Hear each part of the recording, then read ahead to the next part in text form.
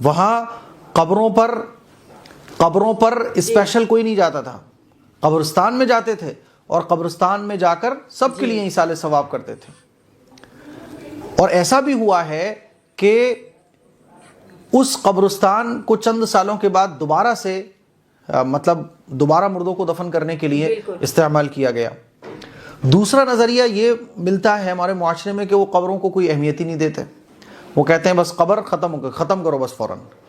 تو افراط اور تفریط یعنی بہت کمی اور بہت زیادتی سے بچتے ہوئے قبروں کے سلسلے میں شریعت کا حکم یہ ہے کہ قبروں کی بے حرمتی نہیں ہونا چاہیے،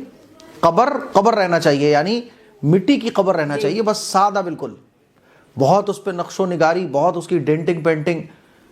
اور جگہ کو ریزرو کرنا، یہ تو کسی بھی طرح سے مناسب نہیں ہے۔ اور مفتی سعید احمد صاحب رحمہ اللہ تعالی کا نظریہ اور ان کا ماننا بھی یہی تھا کہ قبروں کو سادہ رکھنا چاہیے، جیسے قبریں حضور علیہ الصلوۃ والسلام کے زمانے میں ہوا کرتی تھی، بالکل آسان سمجھو آپ، جیسی قبریں صحابہ اکرام کی ہوا کرتی تھی ایسی ہی قبروں کو رہنا چاہیے۔ بس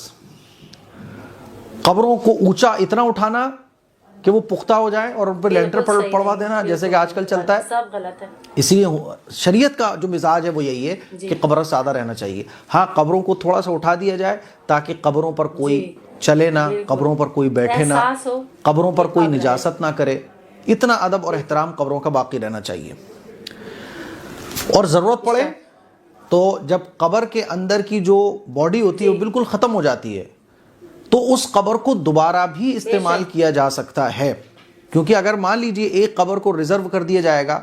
اور اس طرح سے وہ جگہ ریزرو ہوتی رہیں گی تو پھر لوگ تو مرتے رہیں گے نا، نئے لوگ پیدا ہوتے رہیں گے اور پرانے لوگ مرتے رہیں گے، تو پھر اس طرح تو بہت ساری جگہ قبرستان میں آ جائے گی۔ اسی لیے اور جو پرانا قبرستان ہے وہ ویران ہو جائے گا، وہاں جانور آ جائیں گے، وہاں لوگ نجائز قبضے کر لیں گے۔ اسی لیے قبرستان کی جو جگہ ہوتی ہے 10-15 سال کے بعد اس کو رینوویٹ کرنا چاہیے، یعنی اس کو پھر دوبارہ سے استعمال کر لینا چاہیے، یہی شریعت کی تعلیم ہے۔ اب ہوا کیا اوشیوارا قبرستان میں کہ حضرت مفتی سعید صاحب کی قبر کو ہی خاص طور پر کھود کر اس میں کسی اور کو دفن کر دیا گیا۔ تو یہ جو عمل ہے یہ بہت نامناسب عمل ہے، اور خاص طور پر جب کسی ایسی علمی شخصیت کے ساتھ یہ ہو کہ جس نے حدیث کی خدمت کی، جس نے اللہ کے نبی صلی اللہ علیہ وسلم کی حدیثوں کو پوری دنیا کے اندر پہنچایا، جن کے بڑے بڑے علماء شاگرد ہیں، جو علمی دنیا میں ایک بڑا اونچا مقام رکھتے ہیں، بہت بڑے اللہ والے، کوئی معمولی آدمی نہیں تھے مفتی سعید صاحب، ان کی قبر کے ساتھ اس طرح کا معاملہ کرنا یہ انتہائی نامناسب ہے۔ اور اس پہ تو مجھے بہت افسوس ہوا کہ جب بریلوی لوگوں نے اس پر جو ہے نا اول جلول اعتراضات کیے، بریلوی مزے لے کے تالی بجا کے اس طرح کی حرکتیں کر رہے تھے۔ میرے عزیز بھائیوں، قبر کے ساتھ ایک عام آدمی بھی ہونا، اگر اس کی قبر کے ساتھ بھی اس طرح کا معاملہ کیا جائے گا تب بھی ہمیں افسوس، رنج اور غم کا اظہار کرنا چاہیے اور لوگوں کو صحیح گائیڈ کرنا چاہیے۔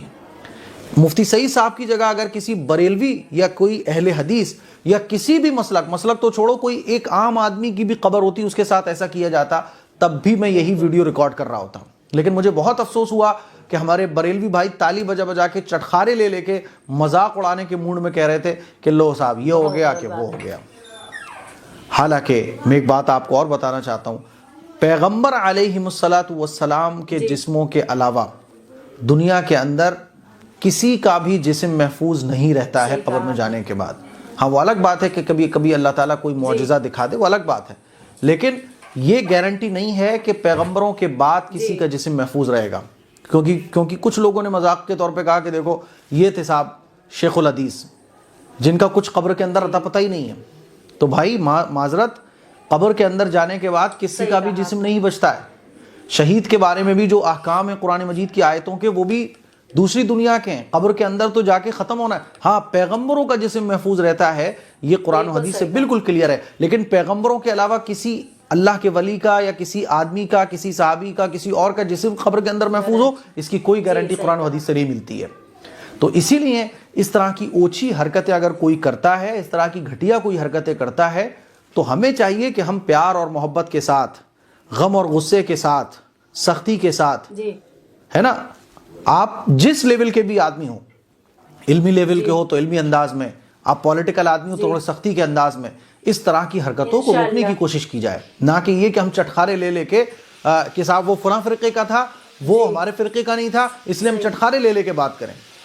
ممبئی کے اندر جو قبرستان میں مفتی سعید صاحب کی قبر کے ساتھ یہ ہوا تو وہاں اور بھی بہت ساری جگہ موجود تھیں۔ میں نے وہاں کے لوگوں سے جب بات کی تو مجھے پتہ چلا کہ وہاں اور بھی بہت ساری جگہ موجود تھیں، اور مفتی سعید صاحب کی قبر کو تو ابھی 5 سال ہی ہوئے ہیں، اگر دوبارہ بھی دفن کرنے کی ضرورت تھی، مان لیجئے کسی قبرستان میں جگہ نہ ہو اور آپ کو اب دوبارہ اس قبرستان کو استعمال میں لانا ہے، تو آپ سب سے پرانی قبر جس کی عمر تقریباً 8-10 سال ہو چکی ہوگی، 8-10 سال پہلے جو دفن ہوا تھا، آپ اس میں کسی کو دفن کر سکتے ہیں۔ اس کی تو شریعت اجازت دیتی ہے، کیونکہ 10-15 سال میں آدمی کی ہڈیاں وغیرہ وغیرہ سب مٹی میں مل جاتا ہے، ختم ہو جاتا ہے۔ لیکن یہاں کیا ہوا کہ اور جگہ موجود تھی قبرستان میں، اس کے باوجود مفتی سعید صاحب کی قبر کو کھود کر اس میں کسی عورت کو دفن کر دیا گیا۔ اب یہ تو اللہ کا معاملہ ہے، لیکن اس طرح کی حرکتیں بہت غلط ہیں، نہیں ہونا چاہیے۔ ہمیں چاہیے کہ ہم اپنی قوم کے لوگوں کو سمجھائیں کہ مسلکی اختلافات، آپس کی رنجشیں، آپس کی نفرتیں ختم کی